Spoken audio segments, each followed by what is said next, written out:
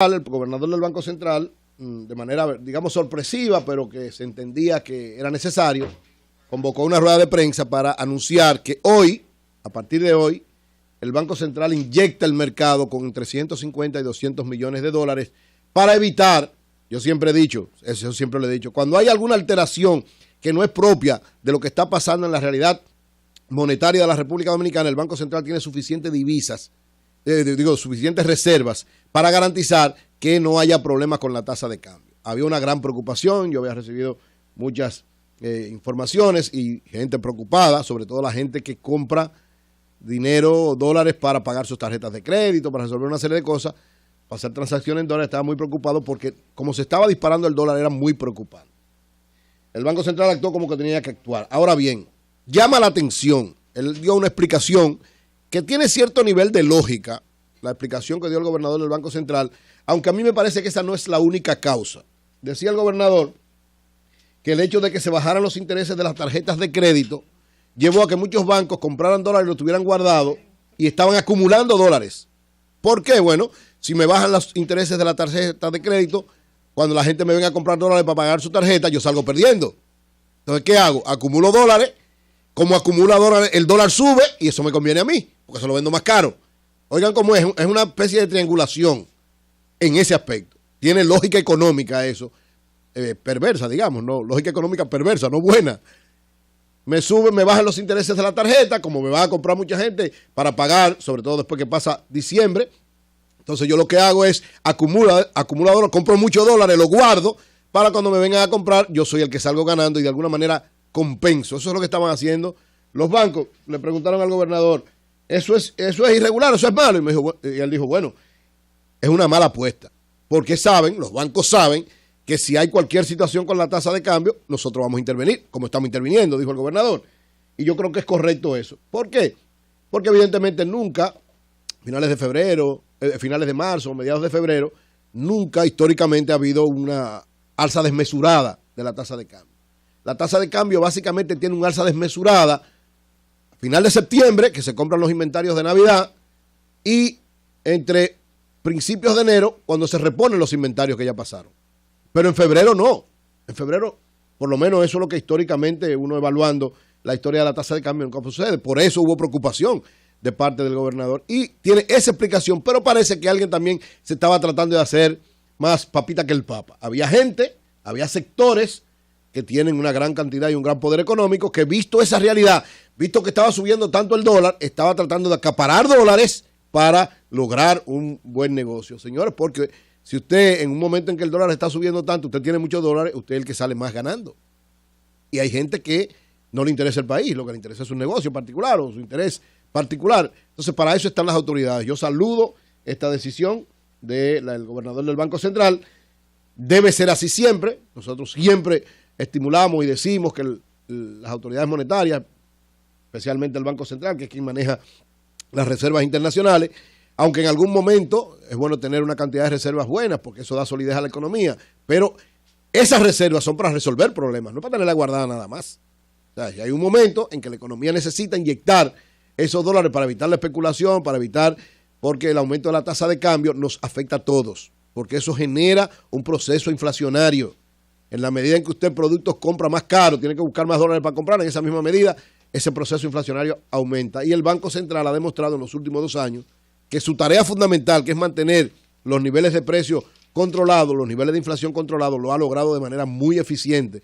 No puede dejar que le quiten ese logro que ha alcanzado en los últimos 2 años. Recuérdense que el nivel de inflación del año pasado fue menos de un 2%. Un asunto realmente fuera de serie. En diciembre fue negativo.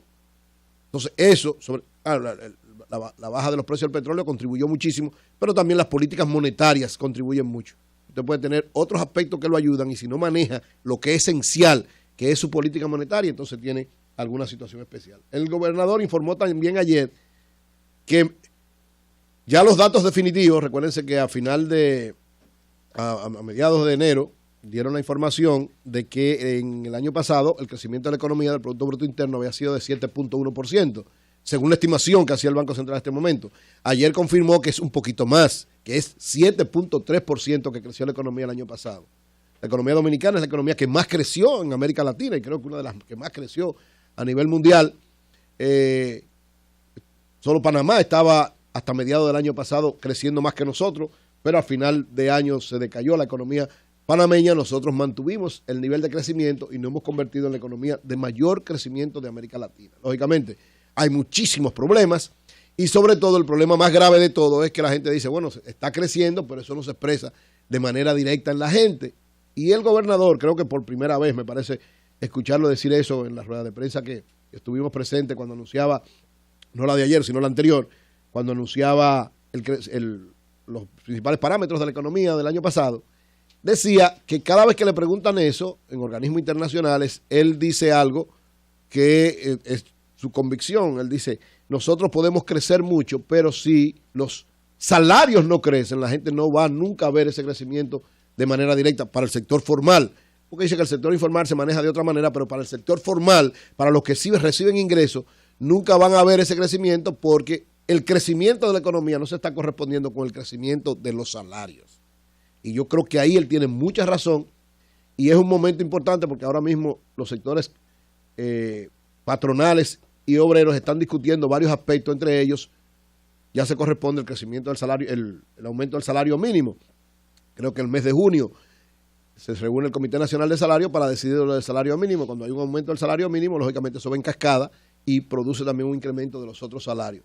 Yo creo que esta oportunidad, vista la realidad que está viviendo la economía, vista la presión que hay, el hecho de que en los últimos 2 años la economía ha tenido una estabilidad y un crecimiento sostenido, es necesario que se haga en el mayor margen, sin que tampoco haga daño a las empresas, lógicamente. No es el 30% que está pidiendo el Consejo Nacional de la Unidad Sindical, lógicamente eso es una aspiración, eso es imposible que sea un 30%, porque eso sí provoca una distorsión, porque provocaría quiebra de muchísimas empresas, pero que tampoco vengan con un 5%.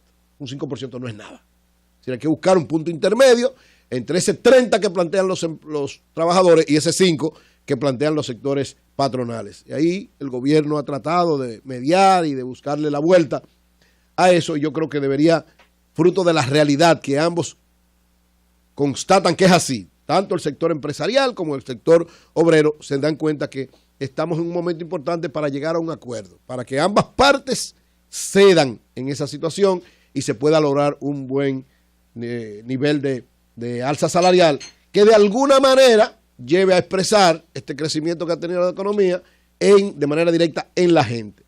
Claro, es importante que se siga creciendo. Yo siempre digo, el crecimiento es una cosa y el desarrollo es otra. El crecimiento lo único que te produce es que, bueno, hay una gran cantidad de riquezas creadas. Ya el desarrollo produce bienestar, es una distribución equitativa de esa riqueza que tú logras crear. Todavía estamos muy lejos de lograr un desarrollo equitativo, de lograr un bienestar amplio de la población. Pero estamos caminando a eso y ese es el reto que tiene este gobierno y cualquier gobierno, de que las riquezas que genera la sociedad, el crecimiento de ese Producto Bruto Interno se refleje lo más directamente en la población, ayudándola a resolver sus problemas, dándole mayor capacidad de demanda, o sea, un poder adquisitivo mayor para poder comprar más bienes, tener un mejor bienestar en su vida. Y eso es un reto que, lógicamente, en la medida en que nos mantengamos creciendo, podemos distribuir mejor, pero al mismo tiempo haciendo políticas sociales que lleven a que el sector privado, el sector público, cumplan su papel de lograr que la población esté cada vez en mejores condiciones. Por otro lado, miren, evidentemente que en la lucha interna del Partido de la Liberación Dominicana y en la lucha política global hay una situación especial que se está dando desde hace un tiempo. Hay personas que de alguna manera están queriendo montar y han montado desde hace un tiempo, lo hicieron, ¿verdad?, al inicio del gobierno del presidente Medina y ahora ya cerca de cara a la definición del candidato del Partido de la Liberación Dominicana, una campaña en contra del presidente Leonel Fernández. Eso es entendible, es decir, hay gente que no quiere que el presidente Fernández vuelva a ser presidente de la República. Y hay gente que entiende, unos de buena manera, o sea, con una actitud sana, otros con una actitud malsana, pero hay gente con actitud sana que dicen, lo que puede suceder con el presidente Fernández es que fruto de ese rechazo que tiene la sociedad, un rechazo por una serie de situaciones y por el hecho de que todavía él no ha mostrado una convicción clara de que ha cambiado y va a rectificar en algunas cosas que hizo, se mantiene ese rechazo de una parte considerable de la población. Entonces, sectores sanos, buenos del Partido de la Liberación Dominicana y de la sociedad entienden que sería un peligro para el país que el presidente Fernández retornara al poder, porque todo lo que ha logrado el presidente Medina, que de alguna manera, dicen ellos, es contrario a lo que hizo Leonel, entonces podría perderse. Y en ese aspecto tienen razón, Ahí tiene validez la reelección. O sea, con ese convencimiento, para mucha gente, tiene validez la reelección. Es decir, dicen, si el presidente Fernández fuera inteligente, yo creo que es muy inteligente, pero dicen ellos, si fuera inteligente y entendiera el signo de los tiempos, se diera cuenta que lo que le conviene es él auspiciar la reelección, dejar 4 años más para que la gente se olvide un poco de todas esas cosas y venir en el 20 como candidato y tal vez en mejores condiciones para gobernar, quién sabe si por 8 años. Eso es lo que dicen algunos. Con sentido bueno. Hay otros que no. Hay otro grupo, hay otro sector, tanto al interno del Partido de la Liberación Dominicana como en la sociedad, que lo que quieren es pulverizar al presidente Leonel Fernández, hacerle daño, seguirlo desacreditando y nulificarlo como un importante capital político que tiene el PLD. En eso se enmarca esta campañita de un narcotraficante, que no tiene para mí ningún valor desde el punto de vista de lo que plantea. Él podría reivindicarse, y yo creo en la reivindicación de todo el mundo, pero tú te reivindicas cuando actúas diferente, pero él no está actuando diferente.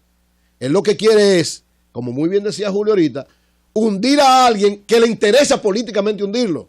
Porque todo el mundo sabe quién fue que mandó a coger preso a Quirino. Fue Leonel Fernández. Fue en el gobierno de Leonel que lo cogieron preso. Y le ubicaron todas las cosas. ¿Y quién auspició? Todo el mundo sabe quién fue que auspició y quién lo juramentó políticamente. O sea, y que, como decía muy bien Julio, apoyó a todo el mundo. Entonces, ¿por qué nada más a Leonel? ¿Por qué? Porque hay una trama, hay un interés de un grupo de gente políticamente adversa al presidente Fernández. Gente a lo interno del PLD en eso. No, yo no digo con Quirino, yo digo en la campaña. Pero no. El caso que tú estás mencionando. No, porque yo dije, son varias cosas. Y tú sabes muy bien que al tener ese, primero que ese caso es un caso que data de un tiempo donde no había lucha interna en el PLD.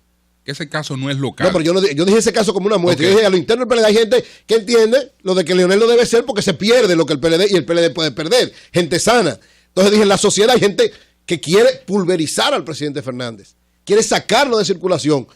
Algunos también en la sociedad, porque entienden que no debe ser, porque es un gobierno que no respetó una serie de elementos fundamentales, sobre todo en el caso de la corrupción. Pero hay sectores que están aprovechando y tratando de pescar en ríos revueltos. Entonces, ¿qué sucede ante esto? ¿Qué debe suceder ante esto? Yo creo que el Partido de la Liberación Dominicana no puede quedarse callado. No por lo de Quirino, eso es lo menos importante, porque ahora vienen muchas cosas. Pero hay que recordar que Leonel Fernández es el presidente del Partido de la Liberación Dominicana. El presidente del Partido de la Liberación Dominicana. Entonces, de alguna manera, el PLD también tiene que asumir la defensa de su presidente. De alguna manera. Lo mismo que el entorno del presidente Fernández. Yo no digo que empiecen una discusión con Quirino, porque eso no es importante. Estoy hablando de la trama general. Es decir, a mí, por ejemplo, me parece que hay algunas cosas que se establecen en torno al presidente Fernández, de sectores que tradicionalmente han sido sus enemigos desde el punto de vista político, que ni el PLD ni quienes lo defienden a él salen a defenderlo, ni expresan lo que tienen que expresar. O sea, usted puede decir lo que usted quiera al presidente Leonel Fernández, pero los 3 gobiernos del presidente Leonel Fernández, los 3 fueron buenos. El último se dañó un poquito al final, pero cuando usted lo pone en una balanza, gobierno 96-2000, 2004-2008 y 2008-2012 fueron 3 buenos gobiernos que tienen muchas cosas para ser defendidas, muchas cosas para ser estimuladas, muchas cosas para ser mostradas de manera positiva a la población. Tiene, como es lógico, el presidente cometió muchísimos errores, como todos los gobiernos y como todo el mundo, pero cuando usted hace una balanza, desde mi punto de vista, cuando usted lo pone en una balanza, lo positivo de los gobiernos del presidente Fernández son mucho más que las cosas negativas. Lógicamente, él tiene que dar muestra también de que en lo negativo él va a rectificar, y yo creo que en eso también él ha sido un poco débil. No solamente con independientemente de que sea candidato o no. Yo no sé si él va a ser candidato. Es posible que sí. Pero independientemente de eso, es un problema de que él es el presidente del principal partido del país. Por demás el partido que está en el gobierno. Por demás el partido que tiene la expectativa de que un 80% de la población entiende que va a ganar las elecciones, que va a seguir en el poder. Es decir, no es cualquiera, no estamos hablando de cualquiera. Estamos hablando de una figura que ha sido 3 veces presidente, que con posibilidades de ser nuevamente, que dirige el partido más importante del país y que tiene una fuerza política importante. Todos los líderes generan mucho apoyo y muchísimo rechazo. Todos los líderes. El líder que no genera mucha simpatía y mucho rechazo no es desde el punto de vista electoral, hablando en la democracia, no es importante. Tiene que generar las dos cosas. Lógicamente, en un momento usted tiene que saber manejar esa situación. Y yo creo que tanto el Partido de la Liberación Dominicana como el propio presidente Fernández y su entorno tienen que sentarse a valorar esa situación. Porque esto es la punta de un iceberg. Esto es la punta de un iceberg. Vienen muchísimas cosas más, todos lo sabemos, todo el mundo sabe, porque esto se sabe, que vienen muchísimas cosas para tratar de seguirlo enlodando, desacreditando, haciéndole muchísimo daño. Entonces, como esta es la punta del iceberg, no dejen que le pase como al Titanic. Este es el momento, equipo que maneja el presidente Fernández, dirección del Partido de la Liberación Dominicana y propio presidente Fernández, de ustedes entender qué es lo que amerita este momento histórico para el caso de ustedes. Independientemente del presidente Fernández, que usted sea candidato o no, independientemente de eso. Porque si usted no es el candidato y el candidato es otro, supongamos que el candidato fuera el presidente Medina que logre la reelección. Usted es parte importante de ese proyecto, usted es el presidente del partido que está postulando al presidente Medina. O supongamos que pase, que los dos se pongan de acuerdo, hagan una convención del PLD y surja otro. Ustedes dos, el presidente Medina y el presidente Fernández, son soportes importantes de cualquier candidatura al Partido de la Liberación Dominicana. El presidente del partido y el presidente del país. Dos gente que de alguna manera tienen que servir de apoyo a lo que pase en el Partido de la Liberación Dominicana y por vía de consecuencia a lo que pase en el país. Este es el momento ya de trazar una estrategia clara y de evitar que esa punta del iceberg se convierta en el iceberg completo.